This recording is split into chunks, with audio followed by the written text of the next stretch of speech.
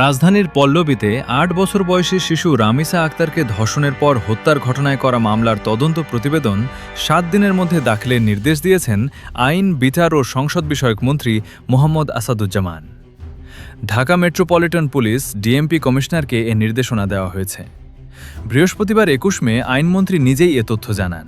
তিনি বলেন, দ্রুততম সময়ের মধ্যে এ হত্যাকাণ্ডের বিচার কাজ শেষ করতে যথাযথ উদ্যোগ নেওয়া হবে। গত মঙ্গলবার সকালে পল্লবী সেকশন ১১ এলাকায় একটি অ্যাপার্টমেন্ট থেকে দ্বিতীয় শ্রেণীর শিক্ষার্থী রামিসার মরদেহ উদ্ধার করে পুলিশ। এ ঘটনায় শিশুটির বাবা আব্দুল হান্নান মোল্লা বাদী হয়ে পল্লবী থানায় মামলা করেন। মামলায় রামিসাদের পাশের ফ্ল্যাটের ভাড়াটিয়া সোহেল রানা, তার স্ত্রী স্বপ্না আক্তার ও অজ্ঞাত আরও একজনকে আসামি করা হয়েছে। হত্যাকাণ্ডের পর স্বপ্নাকে আটক করে পুলিশ।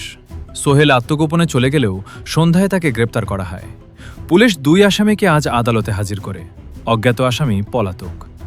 মামলার পর পুলিশের প্রাথমিক জিজ্ঞাসাবাদে রামিসাকে ধর্ষণ ও হত্যাকার কথা স্বীকার করে সোহেল। মামলার তদন্ত কর্মকর্তা পল্লবী থানার উপপরিদর্শক ওহিদুজ্জামান এ তথ্য নিশ্চিত করেছেন। এছাড়া প্রধান আসামি ম্যাজিস্ট্রেটের সামনেও স্বীকারোক্তিমূলক জবানবন্দি দিতে সম্মত হয়েছে। এদিকে সোহরাওয়ার্দী মেডিকেল কলেজ হাসপাতালে রামিসার দেহের ময়নাতদন্ত হয়। পরে মরদেহ পরিবারের কাছে হস্তান্তর করা হয়। স্বজনরা রামিসাকে গ্রামের বাড়িতে দাফন করেছেন।